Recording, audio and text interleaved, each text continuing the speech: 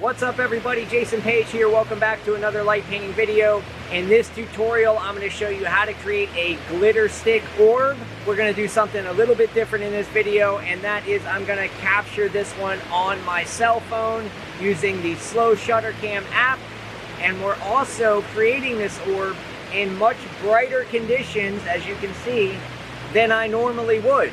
Normally I'd have to wait for it to get a lot darker, but because I'm using my iPhone with the slow shutter cam app, the app is doing basically a live composite, building the image, only recording additional light, so it allows me to create in much brighter conditions than I normally would. The app, again, is called Slow Shutter Cam. My phone that I'm using is the iPhone 14 Pro Max.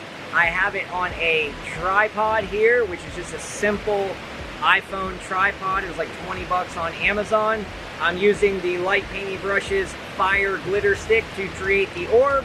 The settings that I'm using in the app are light trails. I'm using the full light sensitivity. I have it set on bulb mode and the lowest ISO possible, which I believe is 32.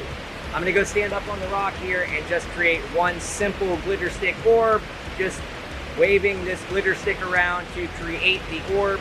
Something really simple. I've got a full tutorial on this that I will link in the description if you want a more detailed description of how to create this particular type of orb using the glitter stick from Light Painting Brushes. Link in the description. I'm gonna go ahead and start the exposure and I'll show you what we get.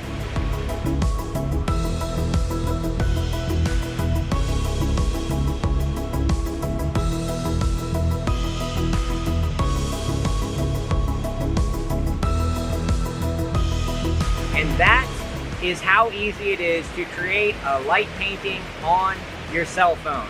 A couple tips: make sure you have a tripod. That's it.